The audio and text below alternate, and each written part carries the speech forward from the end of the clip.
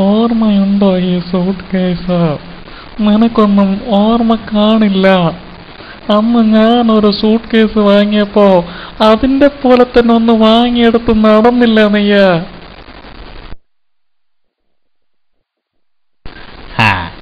പേഴ്സണലായിട്ട് പറയുവാണോ ഞാൻ?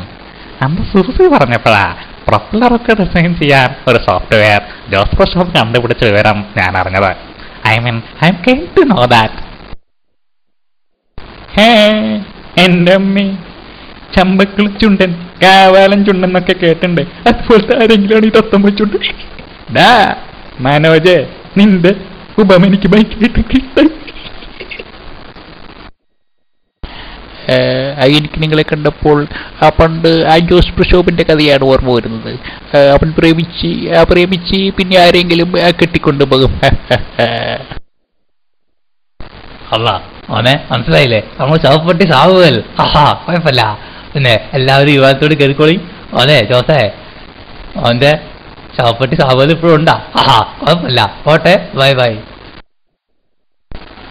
സത്യത്തിൽ വിക്രം കോർപ്പടേ എന്ന് കേട്ടപ്പോ എന്റെ ഉള്ളൊന്ന് കാളി.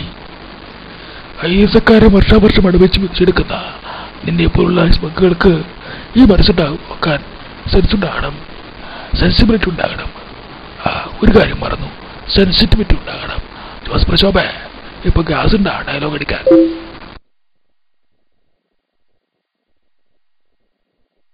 ജോസ് പ്രശോഭിനെ തന്നെയല്ലോ ഉണ്ണിക്കെന്നൊന്നുമേറെ ഇഷ്ടം. ജോസ് പ്രശോഭിന് തിരിച്ചു അങ്ങനെ തന്നെയാട്ടോ.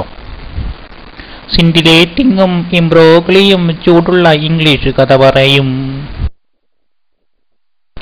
നീയും വിക്രം കോർപ്പടയും പിന്നെ 2-3 ഇംഗ്ലീഷ് വാക്കുകളും ചേർന്നാൽ ഒരു വലിയ ഇംബ്രോഗ്ലിയോ ഉണ്ടാകുമെന്ന് നീ വിചാരിക്കേണ്ട. ഓക്കെ, ബൈ ദ ബൈ, പോകട്ടെ, ഗുഡ് നൈറ്റ്.